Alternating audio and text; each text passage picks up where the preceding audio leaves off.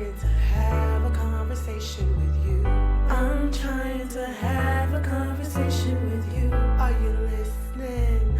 Do you hear me? 'Cause I'm trying to have a conversation with you.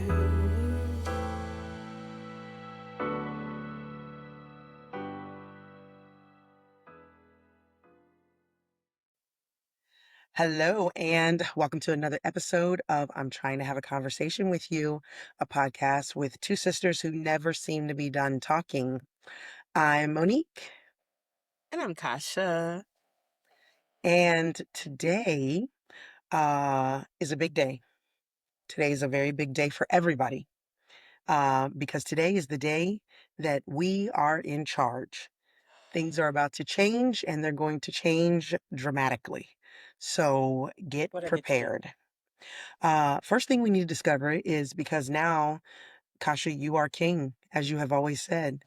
If I were king for a day, what would I do? You are in charge. You are king. So Yes. the first thing we need to figure out is what is your leadership style? Are you a very strict leader or are you a chaotic leader? Mm. I feel like this is almost a little unserious, but I actually have a serious thing to bring to this though.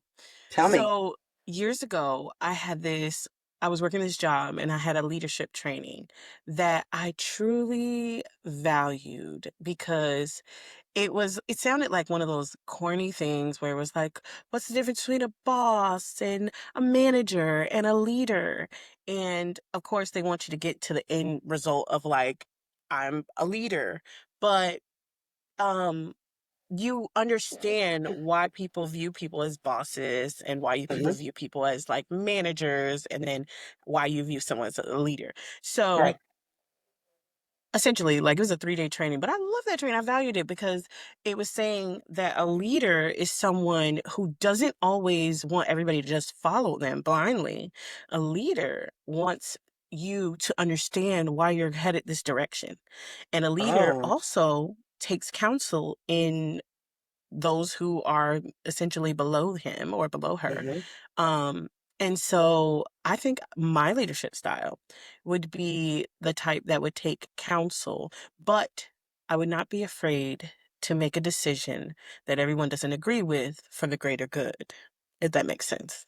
Does that Oh, it explain a does little make bit? sense. Yeah, it does. Now, I still say that there's still, even in leadership, would you be a strict leader or more chaotic in the respect of how you still applied your leadership? I think no matter what kind of leader you are, always going to be viewed by someone, some section, as chaotic. So even if Really? I was organized and clear, I think some people are going to make me seem crazed at some point because there's always like an opposing view, like, oh, they're a dictator. Sometimes I look back and think about like the things we learned in history and wondered if was some of these people as crazy as we like know them to be, or they're not here to tell their story. That's just what says in the history books. We don't know. Hmm. So it's interesting. So I think that I would try to shoot for organized. But like I said, if I made a decision that wouldn't be easily liked, I would be looked at as chaotic. That is interesting. Two things I will say. Like you said, this segment I think is funny. It will be funny, but I think there are some serious parts to it. And I Mhm. think knowing what your leadership style is important just in life, because whether you run a company or you run your household, you are leading somewhere. Okay. Uh-huh. One of the things when you were talking about leadership and that kind of stuck with you was that training you went through. For me, I remember when I was in law enforcement, um, I was on a squad and we had a sergeant at the time, but we did not have a corporal. And the way our structure was, is we typically, you'd have a squad of deputies. You had a corporal who was your first line supervisor. And then you had a sergeant that was your second line supervisor that was kind of with your squad. And then you had a Mhm. lieutenant that covered the entire platoon, which was like 3 or 4 squads, so on and so forth. So in this particular setup, our corporal position was vacated. So we did not have one. And I remember one time the guys coming and asking me a question, and they said, Well, we figured we'd ask you because you're the quasi leader. And I said, what does that mean? And they were like, well, you're the one that we can ask at our level that can still get stuff done. And that works even if we have a corporal or not. You're that person that, and they said there's always that person that's like that, which I took it as a huge compliment. I really and truly did that. People in essence were saying we would follow you even though you don't have supervisor rank. And I thought Mhm. that to me was a huge compliment because I felt like that's the mark of leadership is that you if you can lead people and you don't have to have the role of a supervisor or Mm. a boss. The other thing that stuck with me is probably one of the greatest leaders I ever worked for. Her name was C. Arnett. She is no longer with us. And R.I.P. yes, very much RIP. But just about every person on our platoon, because she was at the lieutenant level, almost Mhm. every person in our platoon would tell you if CR Net said, "Come, we're going to go take over this city," we would have been like, "Okay, let's go take over this city." I don't know why we got to do it, but she said we have to Yeah. take over this city, so we're going to do it because we trust that she has a good reason. She had such a level of trust with her people that they didn't need a lot of explanation in the moment because our job sometimes didn't warrant it. Being cops, sometimes you just got to do things when they're in the moment. And she had such a leadership quality about her because she was in tune with her people. She talked to them in downtime. She knew who their families were. She knew if they were going through stuff. She could sense when you walked in the room how you were doing without even asking. And because of that, she created an entire platoon of people that would have followed her anywhere. I remember Yeah. one time she was on a call because we were very busy that night. And as a lieutenant, she didn't care that she was a lieutenant. She said, I'm a deputy sheriff first. And she would respond out to calls just Amen. like us. And I Yeah. remember she was out on a call and it was a domestic she went to, and she did not initially have a backup. Then another supervisor came to back her up, and they ended up getting into a fight. And she came up on the radio and asked for backup. And numerous of us that were already on calls told people, we'll have to be back. I was one of them. Hold that thought. I'm going to be back in just a minute. And to say that there were deputies raining out of the sky on that address, there were. There were so many of us that we were on top of each other. It was like, you ever seen that movie I, Robot when they're climbing up the building? And that's how it was. That is so funny. You're like, "Excuse me, man. I wanna get up front with this." And those people who ended up she did get hurt in the fight.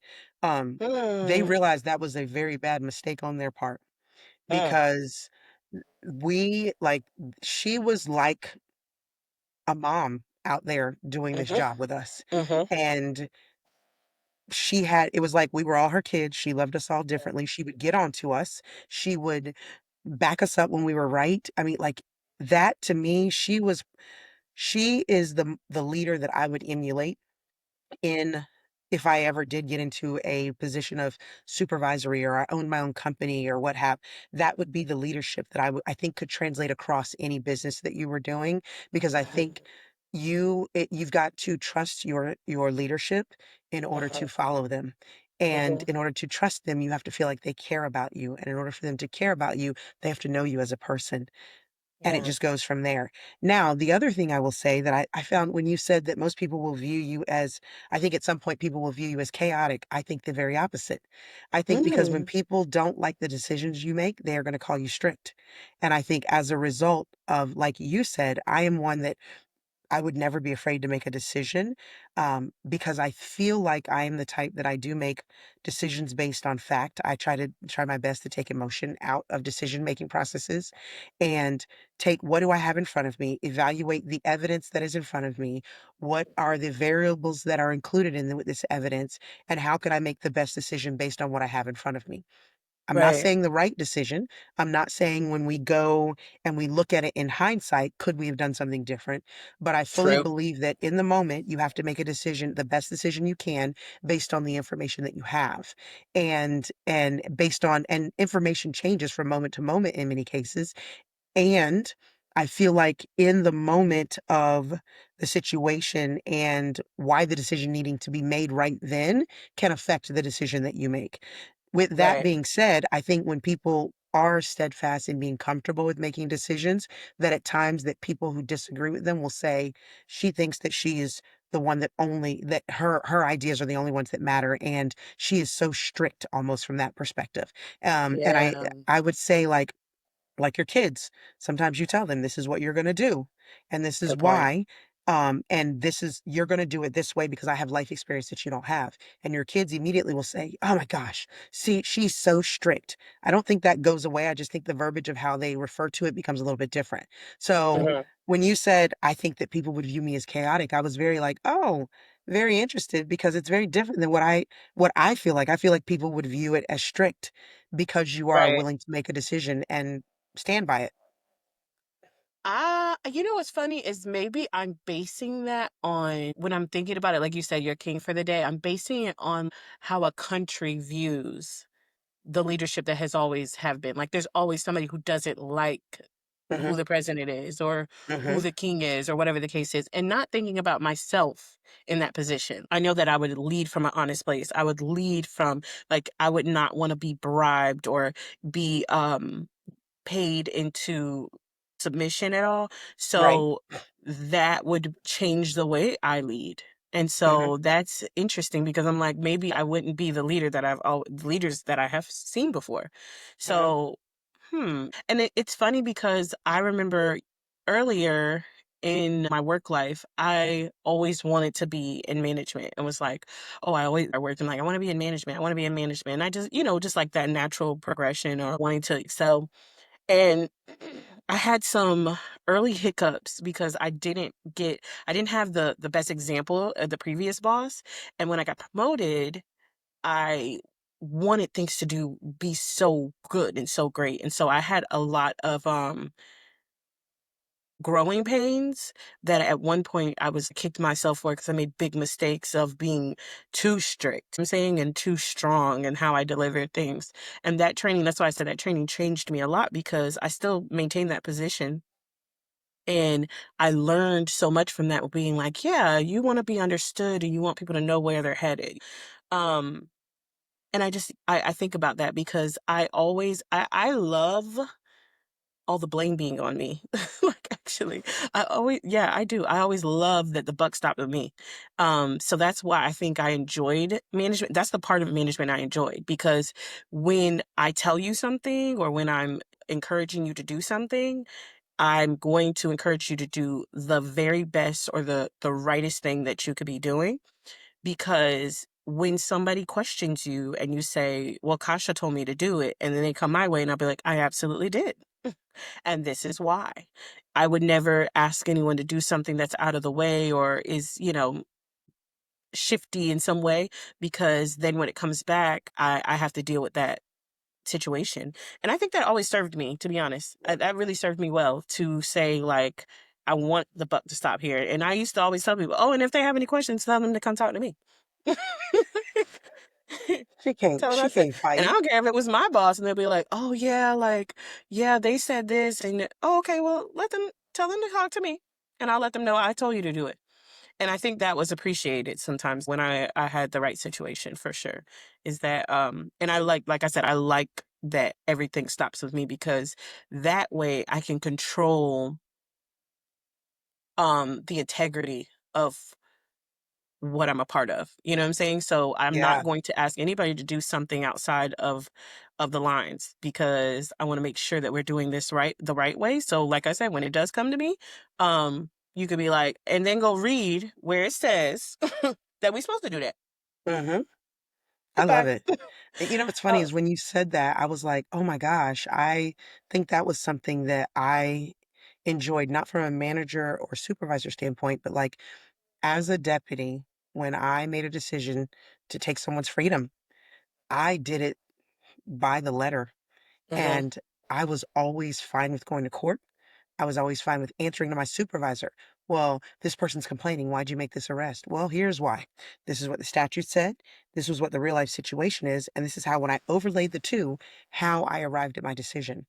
hmm And even if they decided to reverse that decision, I didn't take it personal. I was like, because at the time, based on what I had, the information I had at the time, it was the right decision because hmm I dotted all of my I's, crossed all of my T's, did everything to make sure that was the right decision. So I that's interesting. I think I enjoyed backing the decisions that I made. Mhm. And I think So, that's interesting because I've worked for bosses that do try to color outside the lines, and I had to cover my ass in a way where I'm like, "Let me make sure it don't come my way because I know what you up to, but baby, let me make sure oh, you're I going write the crazy correct one." And even if you come, why you wrote the correct one? Because it's correct. because it's right.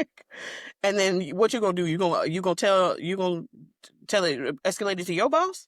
Or what you gonna Oh, do? You yeah. not, and you won't because you know that's gonna be a whole nother can of worms. Mhm. Um, but yeah, so and it's something interesting that you just said about that people who respected you as a unofficial corporal, and you were like, oh, that's interesting that they looked at me that way, and it just made me think for a second. And I don't think this works in every situation, or all the time, but I wonder how much companies and organizations would benefit from including the employees and including the workers w- in the decisions of who would be managing them. I think that it's interesting because a lot of times it's like whoever decides who's in management is another member of management, or Yeah. upper management decides who's middle management or lower management.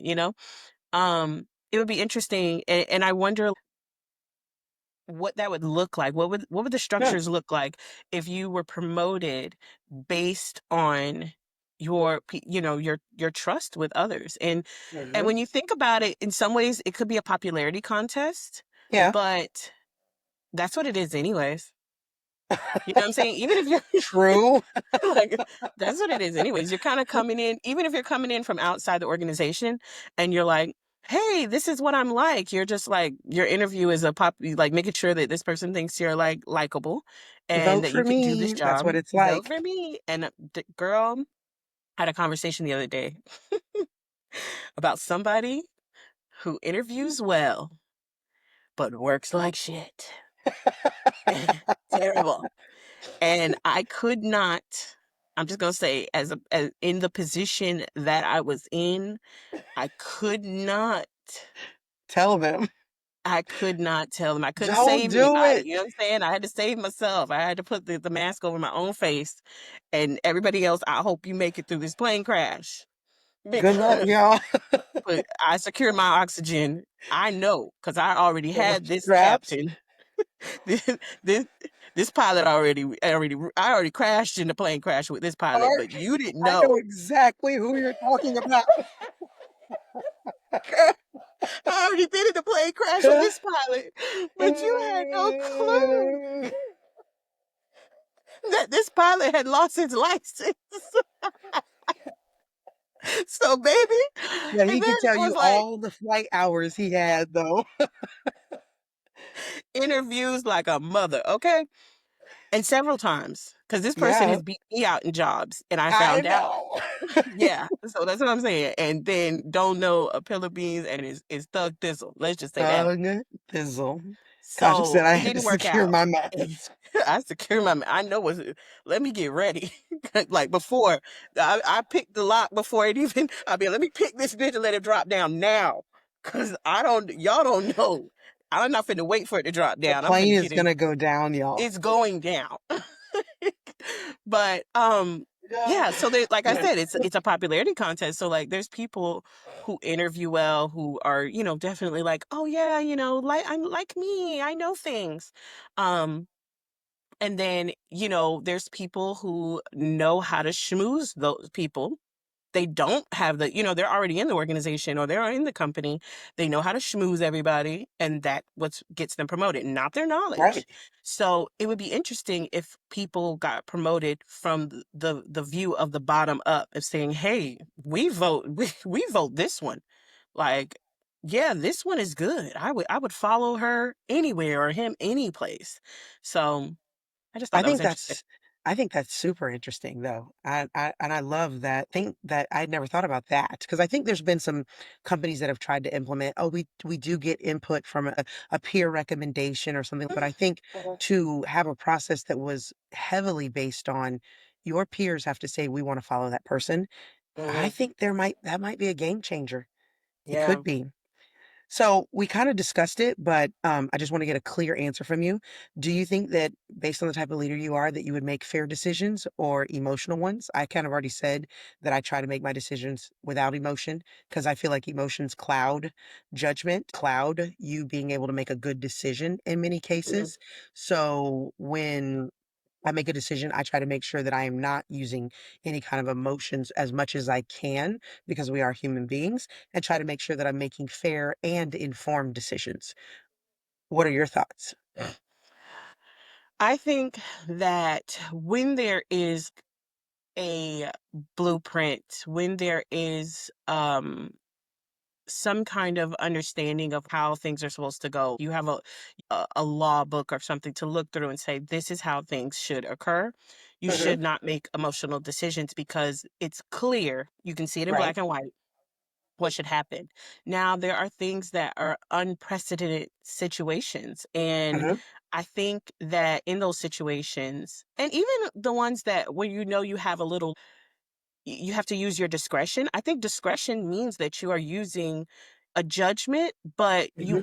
you're being considerate, and being considerate involves emotion. So I would not be thinking with my personal emotions. I would encompass everyone's emotions in a situation. So when Right. I make a decision that involves others, I would want to be considerate of everyone involved in that situation. Hmm. So I think logical decisions with a twinge, 20% of emotional Hmm. thoughts towards that decision. Interesting. Mhm, Interesting. That's a mhm, very interesting take on it, I will say, because especially when you said the part about discretion, mhm, I, obviously being a cop, we have a lot of discretion in the job that we do. mhm, And I tried to still apply discretion without emotion. Example, mhm. if I pulled somebody over, a lot of times people would be hot. What you pull me over for? I tried not to internalize because first of all, I'm like, why are you talking to me crazy? And that part of you wants to be like, write her a ticket, give her. But to me, I would try to look at it and say, before I exited my vehicle, this person was doing 15 miles over. As long as when I educate them on the error of their ways, they are receiving the education piece, I don't need to go any further. That was Mhm, my way of viewing it. Now, if you, mhm, what you pulled me over for? And I was like, hi, ma'am, Monique, I'm here with the sheriff's office. I pulled you over because you were doing 65 and a 40. That's mhm, 15 miles over. And so I was trying to find out why. If they were like, "I didn't realize it was 40 here. I'm sorry." I'd be like, "Okay, let me just take a look at your license registration. We can go on about our day very shortly." But if they were like, "I wouldn't give up," I'd be like, "Oh, okay, yeah, they need a ticket She want a ticket. because she's not taking the education piece I'm trying to give her." But for me, it wasn't an emotional decision. It was, I tried to provide you with an education, you rejected it. Same thing if I pulled you over and you had 12 different things, like you weren't wearing a seatbelt, you had a beer in the front, well, if you had a beer, you were going to jail, but you had your Don't seatbelt search was my not all. vehicle. Excuse me? Can you please tell me why you stopping? Don't be searching my vehicle. Don't be searching. That's a TikTok, guys, that we find hilarious. Stop You have to sign. follow our TikTok page, you're gonna see it soon. So Yeah. but, like, if I pulled you over and you had, you weren't wearing your seatbelt, you didn't have insurance on your vehicle, you were doing 15 over, you're gonna get a ticket for something. Yeah. However, my discretion, I always came to the car thinking, "I'm gonna give this person the least impactful ticket that I can give them." So if I can give them the Wow. ticket for, the insurance piece and say, "You need to get insurance in place," or if you have insurance in place, you need to go to the courts, present your insurance that you had it in place, they'll reduce the ticket. It was no skin off of my back. Mhm, Or if I could give you the seatbelt ticket because you were like, "I'm so sorry. I it's just been a rough day. I was do," okay, I would give you the least impactful ticket. And that's why I say for me, I would apply discretion even without emotion also. So mhm, interesting take that I feel like that you had in that case. mhm, Next thing I would ask you about your leadership style before we get into the things that you're going to fix as king, would be Would you be the type to confront issues, or would you just complain about them later? And I think I know the answer based on the way you said you like the buck to stop with you. Mhm. Yeah, I would definitely confront the issue. I this is something I learned in being in management is that, and I bring this into my regular life where everything can be said, but there's just a way you have to say it. And so I think sometimes just learning who your employees are, learning, people's personalities. There's similar personalities just seem to migrate to certain industries. So sometimes you're like, "Oh, I already know this. Like I already know how to deal with this kind of personality." Um and I would want to nip it in the bud. One of my biggest issues that I think I ever faced, because most of the time in my industry there's a lot of women that work together, and I come for me if you want to. Women working together, women being around each other, there is a little bit of a different culture that comes around. Just like men who are around each other, men who work together have a different culture when they're For together. sure. So, but women working together, sometimes we can be touchy, and I try to eliminate that from just my working life, especially because I was like, I don't need to be touchy right now. I need to be managing people. I need to be making sure that I'm thinking with this with a clear head. There are some times and certain personalities that used to grate on me, but it was I used to try to hide it well. But point of it is, some of the worst situations were women who were working together who would have an issue with each other, Ugh. and some personalities are waiting to win. They want to win, and so if you have them in close quarters and they're I mean, day in and day out, they clock in and was like, "I'm finna beat this bitch today. I don't care what I win for," and you could see it, like, they like, soon as that computer, they be like, I'm like, "Oh Lord, she didn't clock in, she ready." Jake, Like, she ready. come here So, real fast. yeah, come here before you go over there real quick. Come here.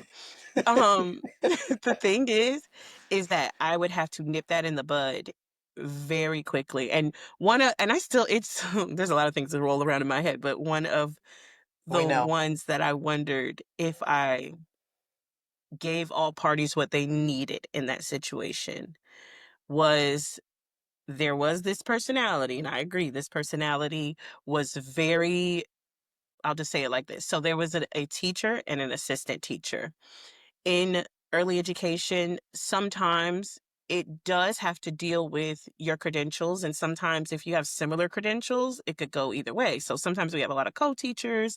We'll have, Right? who are both on the same level, which sometimes that works good because some people are like, oh, we we both have authority here. And sometimes when there is a teacher and the assistant teacher, like sometimes the teacher is a little bold where she's like, oh, this is my show and you're just coming in to assist me with it. And that could be dangerous. It's similar to being in management. But this particular teacher was new to the industry, completely new, but had Okay. gotten the credentials that she needed to get, um, and was trying to learn to navigate this classroom. She was doing her best. I would do agree with that. Assistant teacher was coming for her. You know what I'm saying? So assistant teacher was also getting credentials and getting close to matching those credentials. So as she's coming up, she's noticing, and girl, ain't nothing worse than somebody who done just took their classes and just got their credentials. Girl, they I'd know like to all the tell you things all the things she did wrong. because they know all the, actually, according to, and you're like, "Girl," and she ran the girl crazy, baby, literally crazy, and like I say, actually, the person who was outside the industry, that teacher, ended up finding out that this really wasn't her purpose. She was just doing this at this point because it was something she had gotten into. I do think now she had moved into her purpose, and that was, like, the catalyst to that, but Right. neither here nor there. Teacher was getting driven effing crazy by Actually, assistant teacher who was like, "Oh, actually," and very much a go behind your backer, coming oh, and saying, "Oh, well, she did this and she did that. I just want," and I'm like, my first thing, I say this even now, and I'm not in management. If you start complaining to me about somebody, I'll say, "Did you let them know that you felt that way?" I talk to children like that, but I also talk to adults like that. So Did you use your words? Why are you telling me? Because you just gossiping at this point or trying to get them in trouble. So that was girl assistant teacher was really big on wanting to tell and tell and tell. And No. on top of that, teacher would implement something. Hey, I want to start doing this like this. And assistant teacher would purposely teacher would come back from lunch break and assistant teacher has switched everything around. But then by then it had been too late. You get what I'm saying? So there was just constant, constant, constant to this point where I was in the parking lot of our building chasing the teacher down, okay? Because she had snapped. And not in a way where I'm like, oh, she needed to be committed, but in a way where it was like, ooh, you need the rest of the day off for sure. Was she gonna fight her? Um, no, no, no, not fight. She literally said the words, she's trying to run me crazy. Oh. And she's like, I don't want to do it. If she wants it, she could just have my job. I don't care. I don't care. Like that was the Oh, reaction. And I wow. was just like, oh my goodness, You don't do that and to people because then that can go a lot of different ways. yeah, don't that let me Don't tell you do that to something. Do people. not try to like it's worse than like I'd rather somebody just go and punch somebody in the face. Do Yeah, don't do not that. try to do little things to piss people off because you could be messing with the wrong one. You You get what never I'm know. saying? And that's Don't it. do You that. know what I'm saying? So she was doing that kind of stuff. And I look back and I remember kind of scolding the teacher a little bit. Not in a way where I was like saying anything crazy, but I just said, do you want this? Like, you have to understand there's both sides. I was trying to play the even game a little bit too Right. much. And I remember just her saying, I give up in a calm voice. I give up. She could have it. I'll go do something else. And it broke me because I was really wanting this teacher to just like you know, just like get back into it. And so assistant teacher got her way. She got the class, she finished her credentials, and that was her class. And she was I think they split the class or something like that. So then that way, like whatever. And then the teacher demoted herself to being an assistant teacher who was a floater. And it really bugged me because I'm like, did I handle that wrong? Did I Yeah. not? I was playing the even game too much instead of like kind of choosing a side in a sense of saying, like, let me stick by you, not choosing a side, but more like, hey, let me validate you a little bit more. I think I was trying to, but I just didn't get to that point. Right. And that hurt my feelings in the way of like not hurt my feelings like oh I'm gonna cry, but it just kind of bruised my management ego in a way where I was Got it. like I could have did that better. And like I said, teacher, she's been moved on in life. She is doing things I think definitely in her purpose now. um Totally different industry completely, and I think she's happier, and I Oh, think that's where it was. Sometimes the universe be trying to speak to you in wild ways, girl. So yeah. But like sometimes the universe so be speaking to you and somebody else might catch them hands if they play too much. that's what I'm saying. She better be glad. But yeah, I had to chase this chick in the parking lot. I'm like, come back, come back. But that was a long story to just say that sometimes like these personalities, when you don't nip it, and that's the other thing I regret is not nipping it in the bud. When you don't nip some things in the bud, if you don't stop these things from getting bigger, they can become huge things where everybody doesn't, they get disrespected. And sometimes when you see those little disrespectful things, because down the line, assistant teacher who got promoted to big teacher, she Mhm. came for me next. You know what I'm Of saying? course she did, because she thought she Down was the better than line, everybody. I said, huh. You know what I'm saying? That was my payback. I was like, you right. Like, okay, universe, you right. Right. But yeah, Yeah.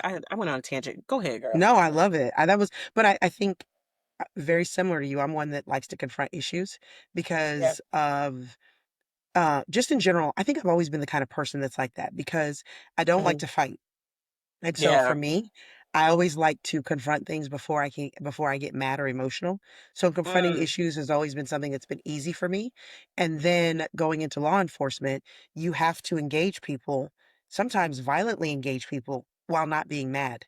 So for me, I know it sounds crazy, but if I gotta arrest somebody, I shouldn't be angry, but if they start fighting me, I have to fight them, but I still shouldn't be angry while I'm fighting them. mhm, So confronting issues for me has always been non-emotional, and I do not like the idea of complaining about anything later. If you didn't deal with it, there's something about reflection. Self-reflection to me is not complaining, but if mhm. you just gonna complain about it, please don't. Mm-mm. Yeah. I don't want to hear if you have no intention of doing anything with that and you just want to, like you said earlier with you're just gossiping and I don't care about any of that. I really don't. So for me, I'm definitely a confront people and let's deal with the issue and let's completely flesh it out. Let's, like you said, Mhm, nip it in the bud because if you don't, it'll grow. And I think we've all been in situations where maybe we didn't nip it in the bud and it bit mhm, us in the butt. mhm. And we learned from it though. We learned, okay, never gonna do that Yeah. again because Mm-mm. it came back for me. Mhm. So, all right, Queen Kasha, let's talk about the things that you about to fix today. Okay. So we're gonna start with our school system. Can I go get my crown for this? No, you may not, because you should have had it on already. Damn. I didn't know that we were gonna talk about me being king for a day. I really need my Oh, crown. I'm sorry. We do have crowns too, don't we? We do have crown. I literally have my crown in my closet. My crown is in my closet too. We Can have to we get our explain. crown? So our our parents had their 50th wedding anniversary. And when they did, they wanted to do it Bridgerton style. So So fun. mom and dad were the king and queen, Yeah. and we were prince and princesses. And we have crowns as a result. I did not think about that. I should have next time. Next I want time my when you're crown. queen. You want you want to go get your crown right now. Go get your crown. I feel real. I needed. I needed one of those. Pictures like Napoleon. They had like a. They always put their hands in their jackets, looking very royal. We're You are looking looking very very royal, Monique. very royal and regal now. I don't know why we didn't think of this at the beginning of this segment. I should have I, warned di- you ahead of time and said, I didn't know we I was need gonna to be queen or we king, need to be whatever. crowned. So, as I was stating, Queen Kasha, now that Yes, you have been we've been promoted to queens, you um, have been promoted. you have been. Uh, I want to ask you how you're going to fix certain things. For instance, our school system. Um, Mm, One, I'm going to throw out some things that I think just to kind of discuss, but mm, you can talk about fixing the school system in whatever manner you would deem it would need to be. So, one of them being later start times. Do we think that would be something that should happen? Life skill classes like taxes, cooking, budgets, things like that. Should there be homework limits? Um, Group projects, should they be restructured or should they be canceled altogether? And dress codes. Should we still be implementing dress codes? And should we be creating ones that make more sense than do right now? So, how would you whew. improve our school system? One at a time, darling. One Okay, at a well, let's start with time. later start times. Later start times. I really feel like it's difficult because there's reasoning behind the start times. There's a lot of stupid things, like stupid rules, but there's kind of like reasoning behind the start times. So, and I think it is a little bit strategic in how they do things, but I would agree with later start times to school if later work times existed. You know what I'm saying? Like we can't control half of us. The reason why we're throwing them kids in school at the time we were like, and this coming from somebody who paid before care. We got to be at our job. Yeah. So I would agree with it if it was something that was just across the board, like a part of the culture. You know, it's funny, as someone who has a child that goes to a school that has a very late start time. Damn near midday. Damn near midday. It I'm like, is it to me, um, I don't mind it because for us, it allows us to get up in the morning, we have our discussion time, we read the Bible together, we he lays there and talks to me about things that are on his little mind. Um, it is like to me, it has been a game changer. I've heard rumors that next year we're going to start earlier, and I'm kind of I a heard little that too. sad about it. But I will agree with you. There's a lot of strategy behind them starting with start times with the way they are. Hmm. This year I had the distinction of being a in the Citizens Academy for our local school district. They did a Mhm, citizens academy that put mhm, 50 people from the community through a academy. Essentially, we meet once a month and we get to know the behind the scenes of how the school board works, mm, down buses, how buses are run, s seeing how the, security programs are run, seeing how budgeting how they orchestrate budgeting, all those things all together, and the later start time for us was a requirement because our kids were getting to school so late that rode the bus. We do not have yeah, buses in our area, mhm, and the bus drivers were doubling up and tripling up on their routes, and when they were tripling up on their routes in high school, then middle school was getting there late, and when middle school was getting late, then elementary school, so it just trickled down. yeah, So, we had an earlier start time. Some of our kids were arriving an hour, hour and 15 minutes, hour and 20 minutes after mm, school had started. So the right, idea was to push our start time in an effort to quell them getting there so late. The yeah, sad part is we're starting late, and now we still have some of our kids that are there, maybe not an hour, but they're still getting there like 30, 45 minutes late in some days because of the shortage when it comes to bus drivers in our area. yeah, But yeah, I think later start times would be great because, it is, like I said, on my side of the house, I have I work at my son's school, so it's not a big deal for me to go in at a later time because, mhm, I'm in that structure. My mhm, husband is retired, so we have a lot of flexibility, but I'm not right, so ignorant as to realize that there are people who have to be at work, and that means they're putting their babies, their kindergarten babies on buses, and that's like, ugh. It's scary because 'cause they're having to put their kids on buses, and especially with a later start time when they're not home. mm, It's very scary, and so I understand there is a lot of strategic planning when it comes to that thing, and I'm and smart enough to realize that I can't be selfish about that kind of decision making.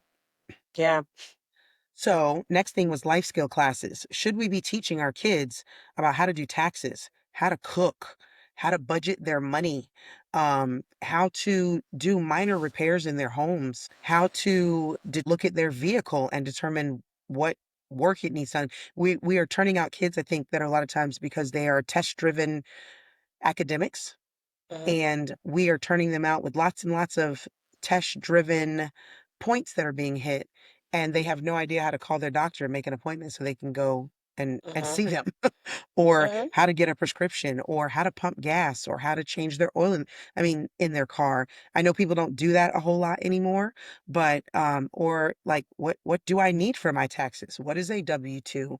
There's a lot of some assumptions, I think, for parents that, "Oh, yeah, the kid will learn that." Well, they yeah, don't. If you mhm, don't show them or you don't teach them, and we have parents yeah, that are very like our parents, and I credit them to doing this. I remember them showing us the budget that they wrote. mhm, I mhm, remember mom being like, "Hey, this is what we got that came in this month. This is what is mhm, due. Who should mhm, we pay?" And I'm like, "Oh, well, that guy right there is not gonna get nothing. That guy should get some." Like, I mean, but yeah, it taught me that, first of all, our finances were not infinite in our home, mhm, and I learned how to budget money, how to allocate certain things for groceries and we're turning kids out who have no idea because we don't want them to see the man behind the curtain like Oz, because we don't mhm, want them to know, "Oh, I don't want them to know if something's going on," or that, and mhm, schools are not teaching them this. So do you think yeah. this is something that should be implemented in schools? More so than any other part of the curriculum. I believe yeah, absolutely. I believe that, like, elementary level and I say this because I'm always going back to one of the trainings I've taken, but I took a training that talked about early education and how early education was seen in other countries, and, I was looking at something in China, and in this particular place, they their grades don't like, they're not equivalent to all of our grades, but they what would be equivalent to their pre-K to around second grade. They do not, contrary to what we were believing about China, that they were not, at least in this particular place, we're not just like pounding them with just like learn math and write letters and understand what this means. Um, it was learning tasks to keep them going. Like, so these kids were learning to fold clothes, learning to clean the house, learning to cook, learning to do these simple tasks around the home. So it was like second nature. I think that's Right. what elementary should be like. I think, and maybe we should restructure what that looks like. What is elementary and what is middle school and what is high school? But I would say like those primary grades should be like that. And then once we get to, older grades, I think we should get into life skills. And I say Mhm. that like we should do taxes on a level that a fourth or grader can understand, a seventh grader can understand. We should discuss budgets. We should discuss, um, how to do simple things on the car because you were saying, oh, a lot of people don't do their oil changes anymore. And I'm like, sometimes, and where we are now in, the economy, sometimes you have to make decisions, right? And so Yeah. if you have to make a decision on, like you say, what bill needs to be paid, and you're like, I really need a fucking oil change, it might be to your advantage because I To don't know how to know do how this, to but do it. Mhm. to know how to do it because then you're going to say, okay, I don't have to pay to get an oil change because I can change my own oil. That's one thing I can do. Mhm. So life skills should be in that middle ground. And I think high school should be the beginning, like a baby college. It should be the beginning of some skills that you would want to use for a job. Yeah. Because not everybody ends up going to college or wants college, or being almost apprentice like to some of these trade types of jobs. So Yeah. I think high school should be that. And yeah, it should still have some of those fun things. It should still have some of those core things. You should still I think English and math are reasonable to a point. Um, but I think that we should put more emphasis on those things. And there are some different classes I've noticed. I was looking up high school things, but there are some life skillish classes that are required for our state now in high school. Yeah, but I think that's how it should go. I think that that should be more than anything, and I think that would help our society excel. I don't think we have a terrible society, but at the same time, there's some things that would help us excel as people. So Yeah. that's my take. I will tell you, when you were talking about, like, knowing how to change your own oil and things like that, I remember being very young and living on my own. Mhm, And I money was tight, and I will mhm, tell you the best thing I ever knew. First of all, back in the day, I'm dating myself, there used to be a book called A Chilton's Guide, and you would child. find the Chilton's Guide for whatever your vehicle you had, and it could tell you how to break the engine down if you wanted to. And you read it just like a manual. First you do this, then you do that. And I learned how to change my own oil. I remember I was real broke and it was a standard shift vehicle and Mhm, a couple of the cylinders had gone out and needed to be replaced. And it mhm, was like $750. I was like, well, ain't got that. And I need to drive. So Chilton's guy, cylinder replacement. Okay. Okay. That's what I got to do. And I'm telling you, those yeah, little things like that, they get you through and it builds character to an extent. And that came because our parents didn't have a lot of money at times. mhm. And dad had a Chilton's guy for every car. I know that's right. I know that's right, and we had to figure it out, so it is It was great to very be able to. popular. It was very Yeah. popular in the 90s to just get these like towed down secondhand cars, like in a way that I don't think is as popular. Like people used to I think like everybody like daddy used to just get some car that was like, yeah, baby, I got this new car. And you'd be like, that's the new car? That's the I new know car? you're lying. Um, Okay. we had new cars at some points, but I think it was just like a fad. Like dad's Yes. got old ass cars and was like, Said it was a fad. he putted it all home. Put, baby, Baby, look at look your at the new new. car. Huh? What? Okay. So you had to do that in the 90s for You sure. had to, and I'm telling you, it built character to where Yeah. I like now, grant you, I'm very spoiled. We have cars and we can take them Yeah. to get oil changes, and I Yeah. don't have to worry about that stuff. But guess what? If ever, if the apocalypse came, guess what I can do? Change some Yeah. oil. I bet you I can Google a Chilton's guide and find one. I bet you I can. If the So apocalypse came, Google is not gonna work for you. I can find it somehow. Go to a library. I bet you they got one. You're gonna have to So use a computer to find it. Ain't no books in the let me. library. l- There are books in the library, girl. I was there the other day. Girl. I be in the library too. Them books There's is not for as show. many. There's not as many. They got them computers lining up everything. I be like, That's "What y'all do here?" there's I somebody's like the got book. library though. Kasha, we need to remember how we were talking in our last episode about a library? We need to get our own libraries. And I want a Oh set of yeah. encyclopedias. You know what I'm gonna do? I'm gonna start finding see if I can find a children's guide. I digress. The We be best on part is a tangent. children's guide for what car? I don't even know. For real. Like, yeah, right. And this computerized as these cars are now, you don't be tearing that car up. You could You not got nowadays. wires. You got wi- I don't even know if I could do an oil change on the new cars now. I really don't I know if I know. could because they're so different. It's Yeah. crazy. All right. So next thing when you talk about schools, homework limits. Do you think there should be limits on how much homework that is given to children? Um, I'm gonna just leave it at that. How much do you think there should be homework limits? As a person is in high support of homework. I think like some people are like, oh, there's some schools I had my kids at who didn't believe in homework and I was not in agreement with it. I think they get more out of being able to like redo that skill that they've been learning all day. But I will say sometimes there's a limit. There's been some big packets that has been sent home sometimes, and I'm like, and they want you to turn this in when now? They And wow. yeah, when now? So sometimes it can be a little bit much, but I do agree there should be some form of homework that should be brought home Monday through Thursday. Now, I do say being considerate as they get older, they have all these classes, and I say Right. this as I have a middle schooler, and if everybody assigns homework that night, it's crazy, and sometimes that's kind of the situation there. Right. So I think that maybe they should have a couple days in that week that they have homework, but not necessarily, too much, Yeah. It's a balance.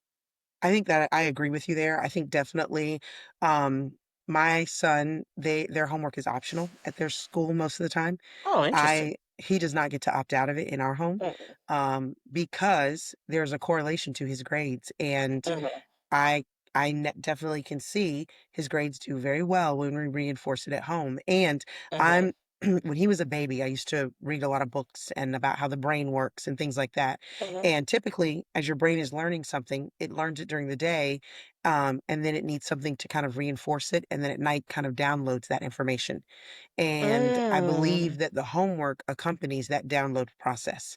So for mhm, me, I find homework to be incredibly important, but I do think there should be limits and understanding, and especially on the high school and the middle school level where you have a child that has six different classes.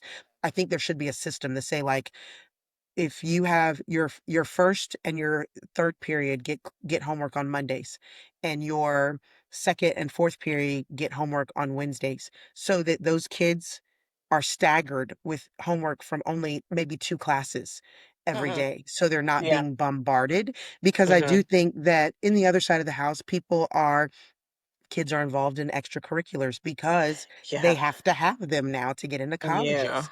Yeah. So, with all those things on their plate, I don't think overwhelming them with homework, though, is a good option. But I do Mhm. believe 100% in order for our brain to have proper functionality, we do need that homework to help us with that downloading process and committing those things to our brain so that when we do have to do those standardized testing months later on whatever we've been studying, it's there for us to recall. Right. Um, Group projects. Oh, I have strong feelings about this. Should they be restructured or should we cancel them? I would say restructured. I was gonna say cancel because it's like, ugh, like to deal with other people and the lack of effort that some people put in. I think that there is a lesson in that, and that's almost like a life skill in itself when children have to work with people of different personalities, different abilities, and different motivation levels. But I think it should be restructured in a sense where um, it should be clear on who, like sometimes there are group projects in the sense where it's clear what each person's function is. Mhm. But sometimes when those functions, like when they drop the ball and it's really like an integral part of the situation, Right. and it really hurts everybody else. I feel like if we're able to prove that we were pulling our weight, that like they should get the F and we could get the A or the B or whatever that we could, parlay out of it. Um, so I think restructured. I I was gonna say canceled just because I've been in a group project before where somebody didn't do their part and I wanted to Mm. meet them in the parking lot. So, Group projects I probably started a lot of fights though, fist fight. group for sure. For sure. Because when you give me a group project as a teacher and you tell me everybody has to do their part in order for you to get a grade, no, Mm, girl. absolutely not. I don't want that's where the restructure needs to happen. I believe wholeheartedly that there is some life skills in working together as a collective. But Mhm. when you grading me, teacher, that that didn't do nothing. Mm-mm. I should be able to stand up and be like, that part of the project was not completed because Kasha did not do her part. Thank you. Right. I And feel like they Kasha should should get an put F. right. Kasha should get the F. No, I don't want the F, but I'm saying like they they should put it in such a way where when they are like one of the first parts of the project needs to be declaring people's jobs in the project. For sure. And so you have to turn that in first and Mm-hmm. say, hey, so and so vouched for this one vouched for that, and this one, and we all agree that these are going to be our jobs. So Yeah. if it goes ugly, if somebody didn't create the poster board for it and that was their job and everybody else printed out their reports, the F goes to them, period. And I'm gonna read my report. And you know what else I think? I think if you didn't do your part, that you should have to go up and present by yourself. I love that. That to me is a life lesson. Go ahead. What did you do? Tell us about it. Yeah. What's your What is part? the powerhouse of a cell, bitch? Yes, tell us. We want to know. Inquiring minds want to know. Hmm. I do not, because I think it creates a level of frustration that is unfair. And Yeah, that's why I say there should be some restructuring. I yeah, want my son to learn to work with others, but yeah, I don't want my son to be like, I did my part and I got an F because of this yeah. idiot. Because then when he tells me, Mom, I want to fight him in the parking lot, I'm like, I I'll mean, drive you up there. maybe.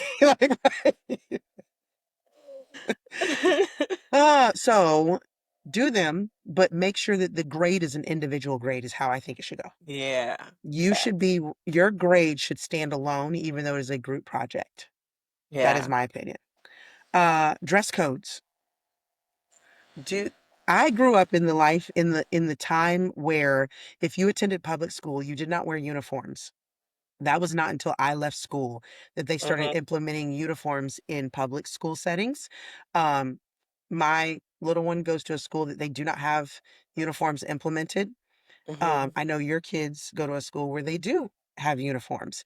Uh, mhm, in all of the schools, though, there are dress codes, mhm, and the question was, do we implement dress codes that make sense? My opinion is that we implement dress codes that are enforced. Because I think mm, we have dress codes that make sense. I just don't think they're enforced anymore. I think we let kids because back in the day, if they said no flip-flops, I wish you would come with flip-flops. Call your mama. mhm. Call your mama. She gonna come get you. And Yeah. I think our school systems have really moved away from inconveniencing parents because they don't want to Mhm, upset them instead of mhm. upsetting and inconveniencing parents to get corrective action from the children. Mm. So I will say my take on this. My children do attend a school with uniforms. I think what the big argument about uniforms was back in the day was that we want to make sure everybody's wearing the same thing so nobody gets made fun of. Everybody's pretty much in the same clothing, blah, blah, blah, Right. blah, blah. Blah. I my kids have never maybe I don't think they ever attended a school where they couldn't wear a uniform, right? Uh-huh. What bugs me about this is that a lot of these schools make you buy the shirt. You know where I'm going with this, with their effing logo on it and will not accept you just even wearing the colors of the school. You're like, okay, I'll just buy a regular shirt. They don't even accept that. They're gonna call your mom and be like, oh, so yeah, I get on your end, you're saying like, oh, when you can wear what you want, they're not calling parents. They'll call parents and like to aggravate parents when they got uniforms. And so these uniform shirts end up being more expensive than buying just whatever I wanted to buy. You know what I'm saying? I could have threw in some white tees and put that piece and nobody would know the difference. Be like, okay, well, I'm gonna buy you some nice pants, but I'll throw in a white tee here and there so we Right, can make these outfits stretch. right. You gotta buy 5 damn uniform shirts for the week. And they got the school logo all on it and it costs so dang much. We're like, what? When it comes, like, I can't stand to see back to school coming because I already know what that debit card gonna be hit with. And they trust to go up $1 a shirt last year. Oh. And so I'm like, I mean, when I'm still spending polo prices on these shirts, I might as well damn let him come to school with the polo the same color as your school. So it don't make no sense. That's one thing. The other thing is I think the whole big argument of like, oh, kids can't make fun of each other anymore. Well, they wear shoes. So the big thing is it's on both sides. I got people who resent my child because they can wear certain shoes. I got I've heard of people saying bad things towards kids who can't afford a certain type of shoe.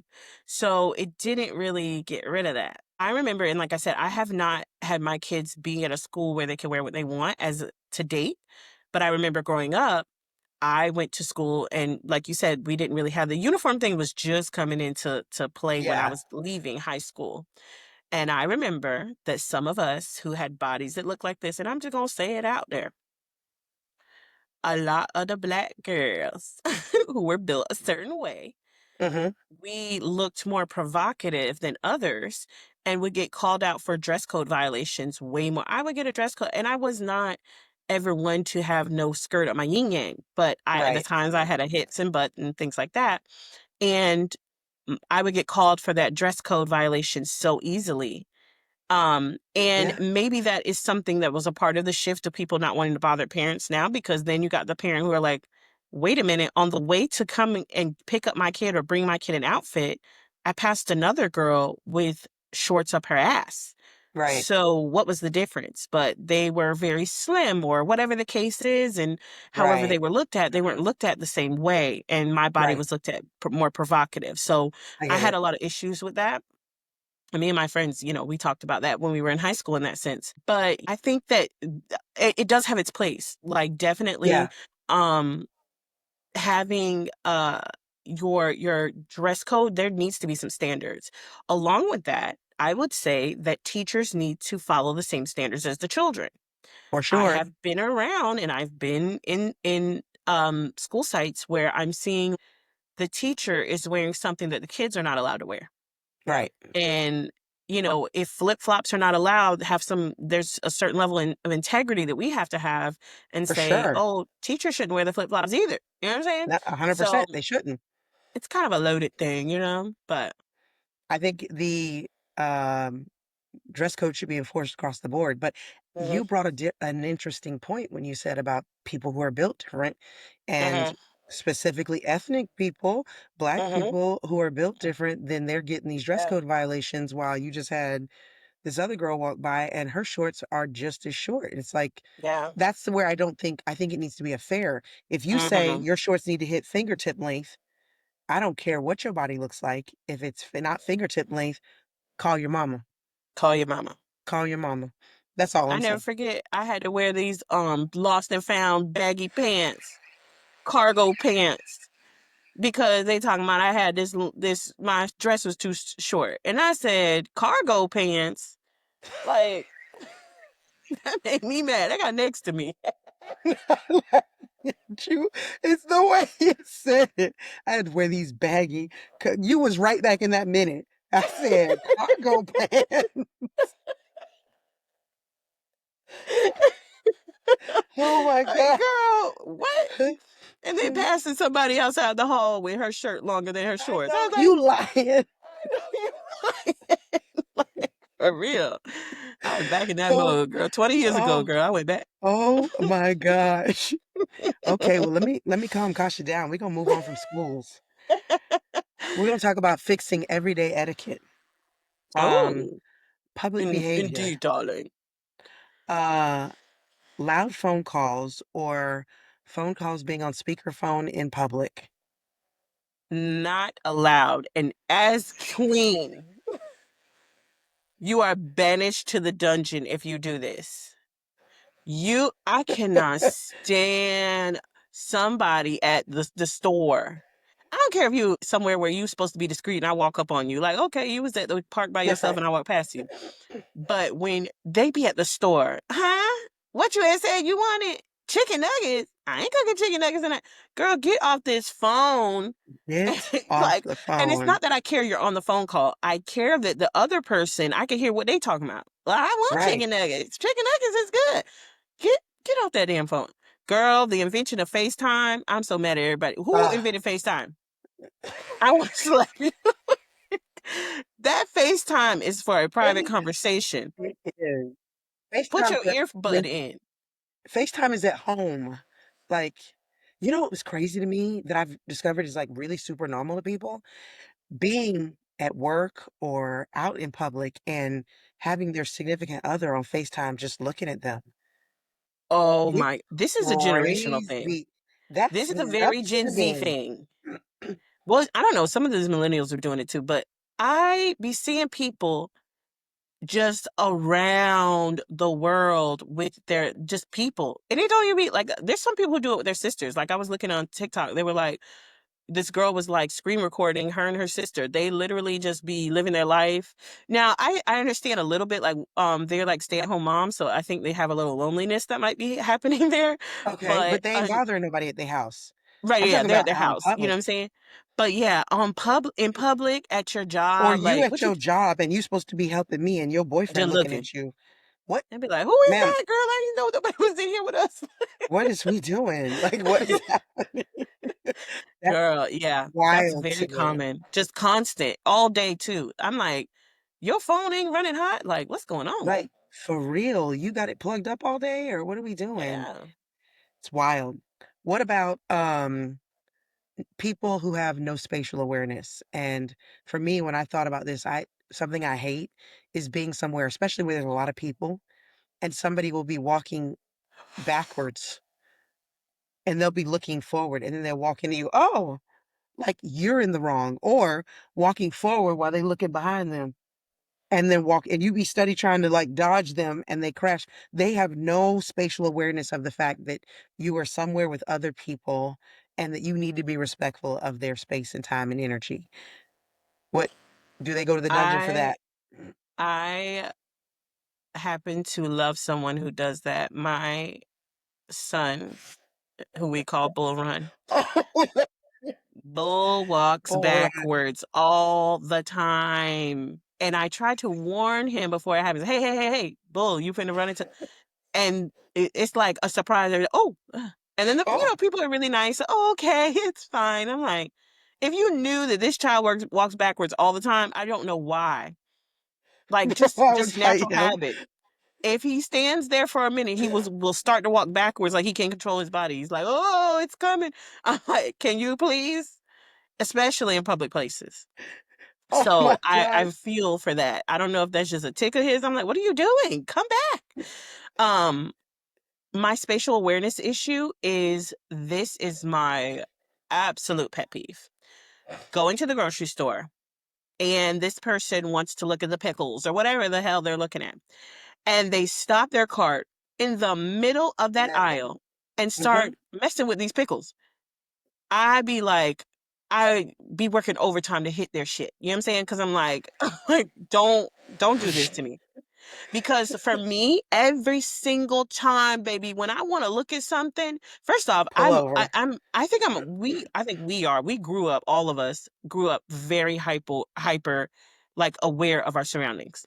So I already know who's behind me because Right. I felt Yeah. them, I heard them walking, whatever. Like, I'm not, like, calculating all the time, but I just knew No, somebody's behind me. just new. So as I'm slowing down, I am scooting to one side or the other so I can get out of your Right. way because I know I'm about to look at some pickles. But people will sit there and be in the middle of the aisle and just go and just all over the place looking at this thing, and they buggy in the middle of the aisle, or some people say shopping cart. We from the South, we say buggy. We say buggy. So, um, so my thing of it is, I'll be like, "What are you doing?" And I be trying to hit it. I be like, "Let me hit this thing," so Unaware. they know. And And they'd be then like, "Oh, like, I sorry." know it's very much in shock. Oh, oh my god! Or the people who stop in the middle of the aisle and looking, and you're like, "Hey, honey, I'm actually trying to go through this aisle. Right. "Excuse Can you me." move? Yeah. Excuse me." And this is the one thing, like, I heard that, and I don't know if this is like some people are like, "Oh, I hate when somebody's looking at the same thing you're looking at, but you really already know what you want, so you got to wait till they're done looking for you to look." Who got to do what? If they are inspecting and looking at, oh, butter, what kind of butter they have? Who this "Excuse is? me." Blue butter? Like I know exactly what I want. Like, let me go get that butter Publix make. Let me go get that. Bye. Excuse me. I'm not rude. You know what I'm saying? I'm gonna get No. what I need. I know what I want. I don't have to wait for you to figure out what you want. So, oh, excuse me. Have a good day. I'm not Thanks. gonna sit around here and be like, oh, you in the way? Like, no. But yeah, Oh, spatial awareness, that junk drives me nuts. Put your buggy, if you from the South, the buggy, the shopping cart, yeah. the whatever you Put it to the call it, side. put it to the side, and then go over and look at whatever you feel like and spend. And trust me, I'm a leisure shopper all day. I love to Yeah. leisure shop.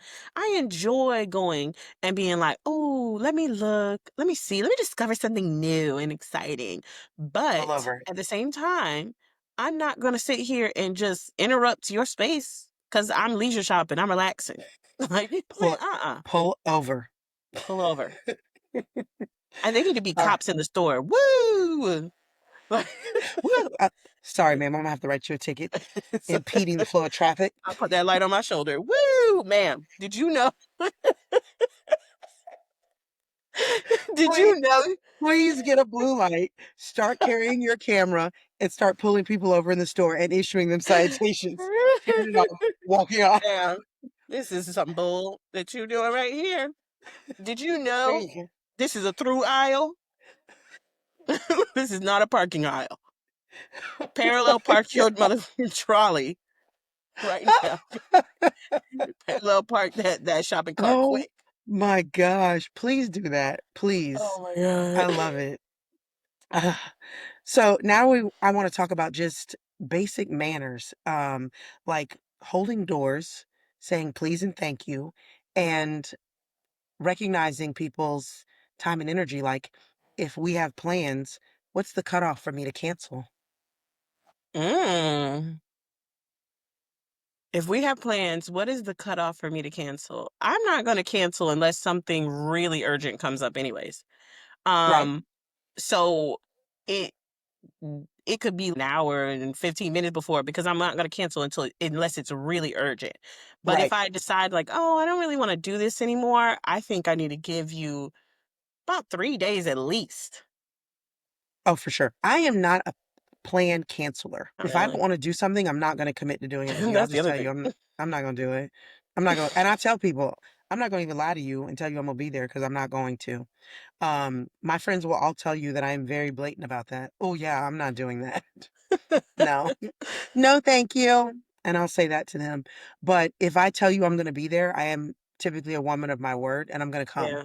If Yeah. something comes up, like, example, with my son being in baseball, Mhm. we get his schedule, and I don't know his schedule until a week before the season, and then they give us the whole schedule. I will Mhm. sometimes book our social calendar out a couple of months, and Yeah. I might have to come back and say, "Oh, but as soon as I know, that is I will cancel." So for Yeah. me, I am that to me, the minute that you know you're not gonna do something, that's when you should cancel plans. There's Yeah. no timetable. An emergency, I'm open for. That's totally different. That's not your fault. But if it's I'm going to cancel plans, even I don't care if it's just because you don't wanna be there. That's the other thing too. I don't. you don't when you say no to somebody, you don't owe them an explanation. I don't have to tell you why I don't want to do whatever it is you want me to do. I can just say, nah, that's not, no, thank you. When you're canceling, you don't necessarily have to give an explanation, but you should give adequate time so that person can be aware. Yeah. They shouldn't be sitting at the restaurant waiting for you. Oh, That's no. trash. That's Uh-uh. trash. And I think that, like, most people that invite, like, I love my family and my friends, and so I wanna spend time with them all the time anyways, so when we get together and be like, "Oh, you wanna do this thing?" I'm like, "Sure." I don't care if it's grocery shopping, I'll go there with you, Right. girl, what's up? Like, Yeah. Imma be actually clipping my toenails. "Cool, girl, let's hang out." Let's do it Um, together.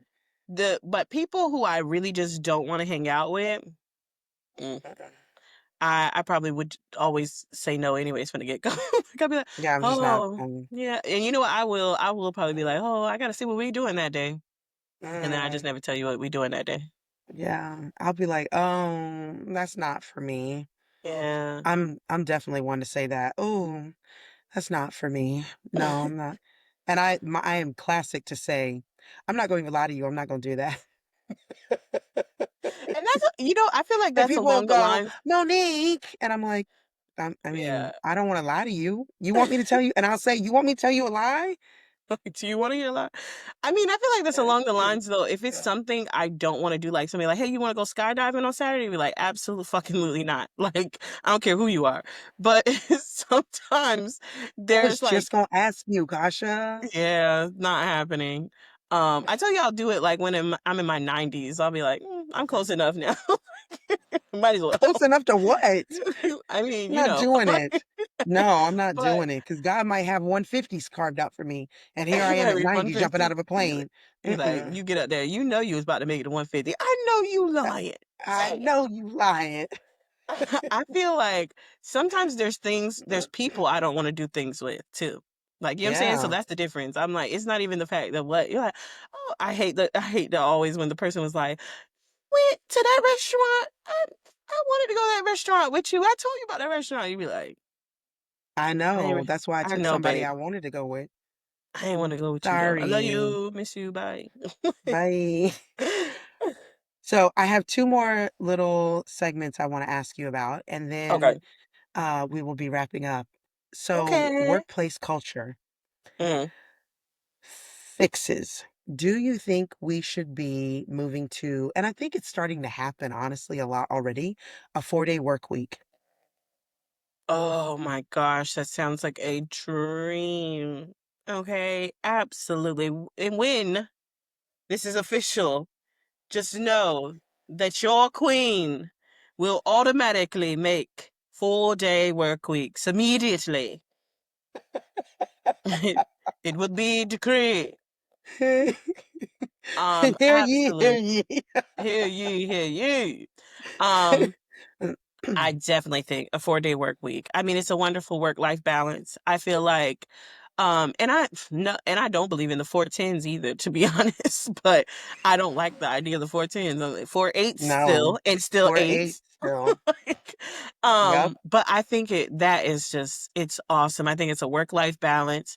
I think you get that time and to kind of like have that time with like more and more, and I think chronically people are chronically not spending time together and with their own Mhm. families and chronically not at home anymore.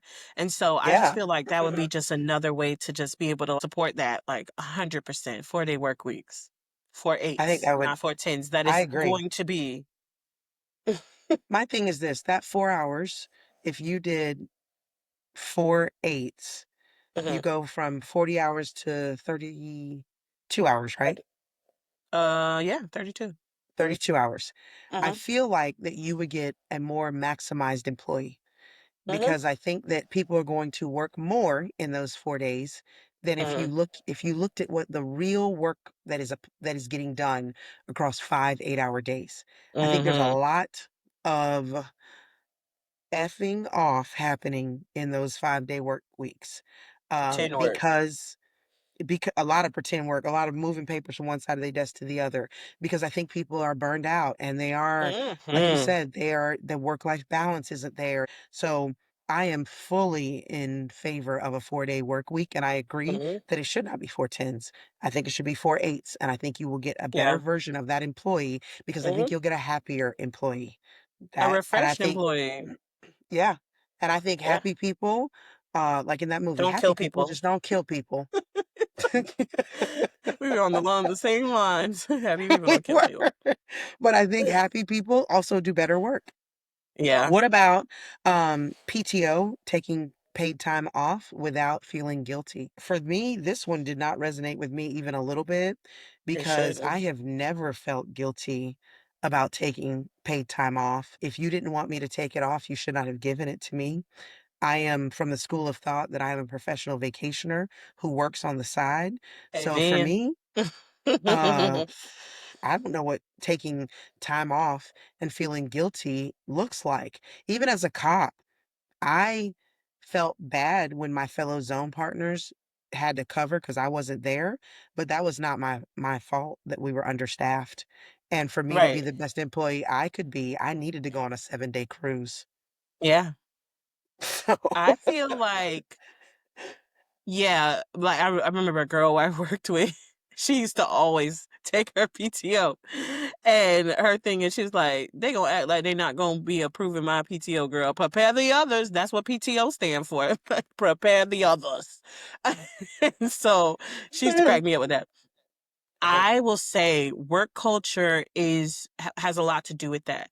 I worked at a place that would make you feel so shitty for taking your time off that it almost Mm. ruined my time off when I was off Oh, because oh yeah, it was a big conversation. Oh, she's not gonna be here. And it was like that nice, nasty stuff.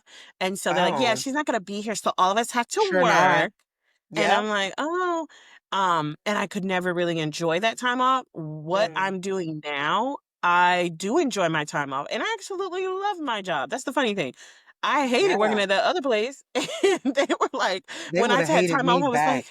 "Ah," but this I would place, have took I pictures love of it. me on my cruise and sent it in a group chat to all of them. That's what I would have been. Wish you weren't Girl, look at the here. sunset. Happy to not be there with y'all. Hope y'all ain't working too hard. Look at this Mai Tai. Working hard or hardly working.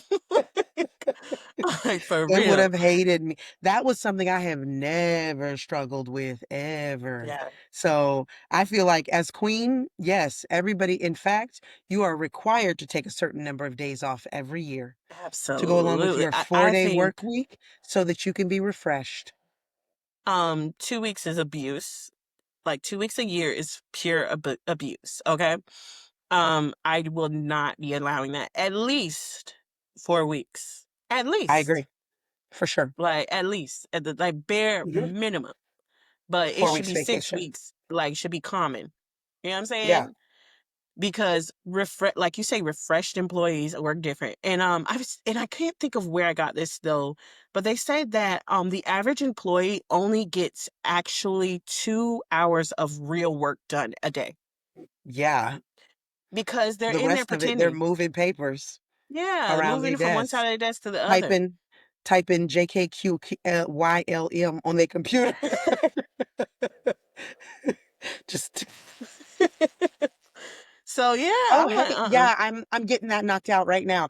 working on it now. I'm gonna send you an JKMLVQ. email after I get done with this one. QRSTUV. Hopefully Crazy. people listen to it, but maybe they'll be listening to podcasts at work. They listen to a podcast. And they be Oh, I'm like, on a call. I'm on a "I'm on a call right now. call. What now?" Like, "Who is the queen?" Who is a queen? Oh my goodness. These ladies on I'm trying to have a conversation are wild. They kind of. What you laughing at? Um, Oh, um, this call is just crazy. So, last one I want to talk about with work. mhm. Honest communication instead of corporate buzzwords like per my last email, Mm, things circle like back. that. Circle back to that. Put a lid on it. So say that one more time. I got caught up. Should like honest communication versus putting buzzwords out there and instead of just being like, can we just talk in real language about what's happening here in the company? Honest language. I think everybody's really burnt out with corporate speech. Yes, Corporatese. Okay, corporalish.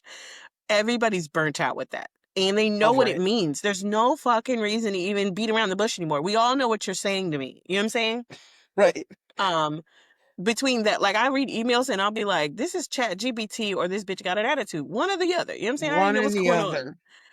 Um, so I think, yeah, we should be clear and respectful. I do believe in respect, but I think we should be very clear in saying, hey, this is actually what it is. I did already speak to you about this before. So that's the reason why. This is the date I spoke to you about it. I attached the previous email so you know, because that's what I meant. You know what I'm saying? Like, and like, oh, all these like different little jargons and stuff. No, just be like, yeah, this is urgent. Can you put this at the top of the list? I need this done. And if you could get this in today, that would be perfect.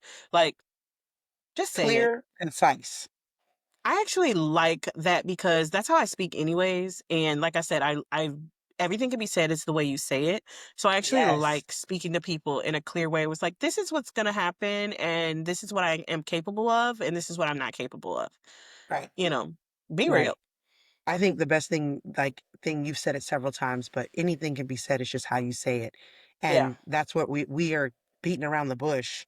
It's not making us nicer. It's making Hmm. that that abrasive when I clock in, I'm getting ready to win attitude. I think it Oh feeds that. yeah. So the last segment, you are queen, and we're going to talk about some new laws that we're going to pass immediately.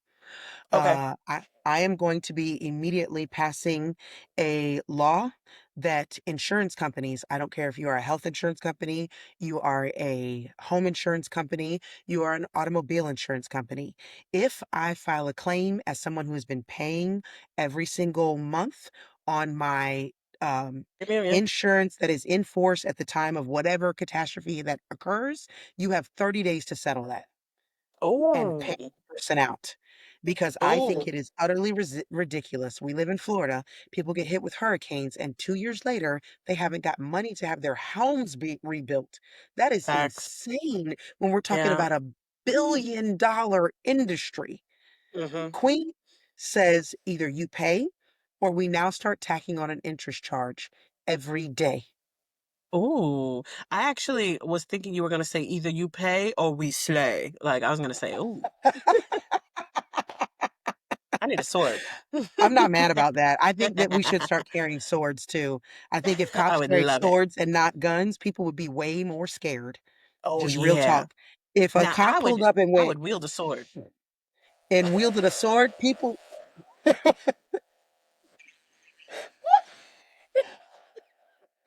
Girl, I ain't playing with no cop with a sword at all, baby. bro, it's What did I tell different. you? Hands behind What your back. did I? Yes, Right. motherfucking sir. Like, what? Like, The what? vibe is different. It's Yeah. different. It is. I'm just saying. I love that. That I didn't have that on my new laws, but I feel like I would start equipping cops with swords and not guns because I feel like it's a different level of respect. Yeah. The knights of York are coming out. You should comply with their wishes. Whoosh. The Knights of Florida have met. Yes, I love it. Um, my other rule, not as serious as the insurance company, but if you're a grown-up person and you hit my heels with a buggy, you go to jail Oh, immediately. Because if I don't immediate. put you in jail, I'm gonna fight you Straight to right on jail. spot. Straight to jail. So it is better that you go to jail right now because there's no effing reason that as a grown person you should crash into my heels with a buggy or Yeah. as you a shopping cart or whatever you want. You are being ridiculous. You're tripping. You better pay attention. Looking at them You are damn pickles tripping. again. Enamored You by them Kasha don't pickles that like hit me in my ankles. Kasha. Kasha mad about these pictures, y'all. I love pickles. I don't know why I'm on it today. Can we get a pickle sponsor? That's how we need a pickle sponsor. What is it? Classic? Yeah. Blastic. That's what it is. Vlasic. That's what it is. Yeah. Um, the last one for me is airplane etiquette rules. I would invoke airplane etiquette rules. Uh-huh. I do not want you taking your shoes off and putting your Ooh. feet anywhere around me on an airplane. Funny story on that. Tyler, my co-host on Street Tales, Hmm. says the minute we get Street Tales where we're really hopping, that we're gonna get a private plane because he said I can no longer fly commercial. He flew on a plane here. It was just before his wedding last year. They were going out to do something to check on their wedding because they had a destination wedding. Yeah. And Tyler's a big dude. And somehow Yes. I want to say he was in the middle seat. Like, Oh, Lord have we're talking, mercy. he's like 6'5". I mean, like Yeah. a big dude. And he's in the middle seat, and it's him and another big dude. And then the lady next to him, he said, took her shoes off and was rubbing her feet. No, no, I know she you must have been on lying. the outside. She was rubbing her feet and toes with her hands. And then when they went to pass his drink, she tried to grab it. He was like, no, Ew, no. your feet, if you kick your shoes off, your feet should still stay on the floor. I personally Yeah. don't think you should be walking around an airplane barefoot, but that's a whole nother talk show. I think that like you, if you're gonna sleep on a plane, please get a neck pillow or something that's gonna keep you in your seat and not on my shoulder. Cause that's Mm-mm. happening if you fall asleep and you lean on my shoulder. Planes are absolutely too crowded. That would be another rule I'd invoke. The airplanes, you have to cut your seats down in the airplane by 25 to 50 seats because there is no reason that I Yeah. should be paying the price that I'm paying and be packed into an airplane like a sardine. It don't make sense. It is I don't rough agree out with there. it. And I also believe the airplane should allow you to bring, I'm flying somewhere. I got stuff to do. And if I'm going to be gone, I think if I book a flight that is 5 or more days, that I should be allowed to come with one piece of luggage that I do not have to pay to check. Because there's Oh, no reason I should have to fly Spirit Airline and wear every piece of clothing that I need to wear while I'm out of town. That wearing all makes your no outfits and they're like, sense. That don't make no sense. And then travel with a backpack. You are tripping. Okay. Stop. Stop it, airlines. in there too. So I think that there should be airplane etiquette rules for the people riding in the planes. And I think airplanes need to do better. Don't have your Yeah. feet out. This is not your home. You're not in your car. This is not your vehicle. You're in public transportation. While it's not a bus or anything like that, if you wouldn't do it on a bus, don't do it. I'm like Sam I am. If you wouldn't do it on a bus, if you wouldn't do it on a train, don't do it on a plane. Exactly. Do they do it on a bus though? I feel like people do some wild stuff on a bus though, to be honest. I haven't ridden a bus like for a long distance, so maybe I you're right. ain't I ain't never been on a bus, but I feel like they might do wilder stuff on a bus than they You do a might plane. be right. You They might might be get right. I might have wild. spoken out of well, public transportation, you got to stop people. It's You not your gotta car. stop. It's You not gotta your stop. car. Don't Mm-mm. take your I know you may ride in your car and take your shoes off and hang your foot out the window. Don't do that here. Don't do Don't that do that here. anyways. That's bad for accidents. Crazy. It is bad for accidents, but so, what are the new laws that you would be immediately passing, ma'am? Mine is a little serious. I feel like certain crimes should have cruel and unusual punishment. I'm not opposed to that.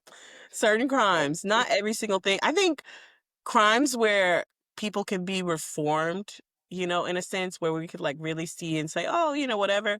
Some of these crimes that are habitual and highly violent, and especially against children. Let's go ahead. Child sex offenders. Yes. We should absolutely be cruel and unusual. Cruel and unusual. Like all bets are Absolutely. off. Okay. Yep. Um, I feel like the person who doesn't let you do a zipper merge, immediately fined. Let Okay. me merge one car at a time. I'm not asking you to Hi. let me and my cousin in or whatever. One car at a time. Let me do the zipper merge.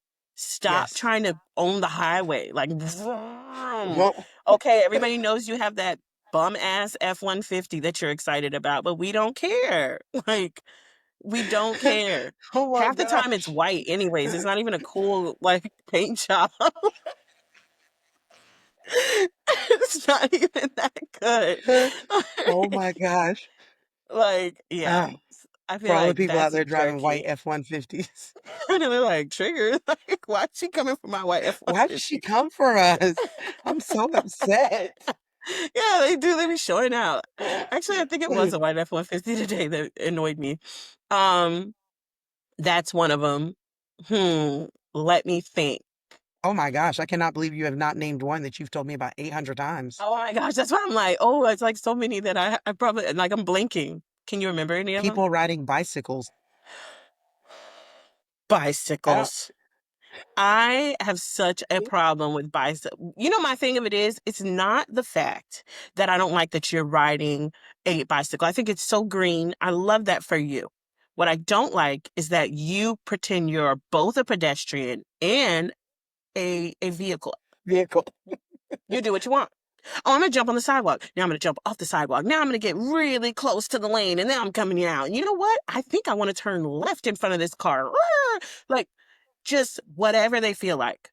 I've had people weave in and out of the bike lane on me while I'm driving 40 miles an hour I was down like the road. 40,000. I know, right? It feels like it. 40 miles an hour down the road, and you're weaving in and out with your bike. And I'm not even like the super fast driver. I think I'm pretty like chill. I don't like to be racing down the road. Why are you doing this? Or everybody Why? comes to a stop at the red light and they were like, I'm not going to wait. I'm going to go and cross this intersection while everybody's turning left and maybe I'll get hit. Can you please stop? Like bicycles wear me out. And on that subject, Uh-oh. I don't want to see not one. Them orange stickers are banned when I'm queen. Okay. What orange Talking stickers? about watch out for motorcycles. Oh. Motorcycles need to watch out too. I Oh, was that's true. driving down the interstate, easily hitting 75, 80,000 miles, no, 80 miles an hour. And me and this car are like, this car is passing me. So he's right next to me. Like, we are very close together.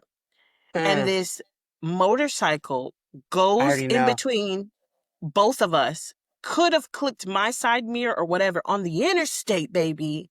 It would have been ugly for everybody. And just That's super zooms in illegal between here. us. And yeah, he's riding the line. That's illegal Me and here the in other Florida. car are next to us, next to each other. You're riding the line. And it's like, okay. And that's the thing. Like, I watch a lot, but you can't also do super dangerous things on a motorcycle and then be like, well, you should watch for me. Some people are really safe, more like riders. I've seen riders where I'm like, oh, he's super safe. I can kind of catch their vibe and how they're driving.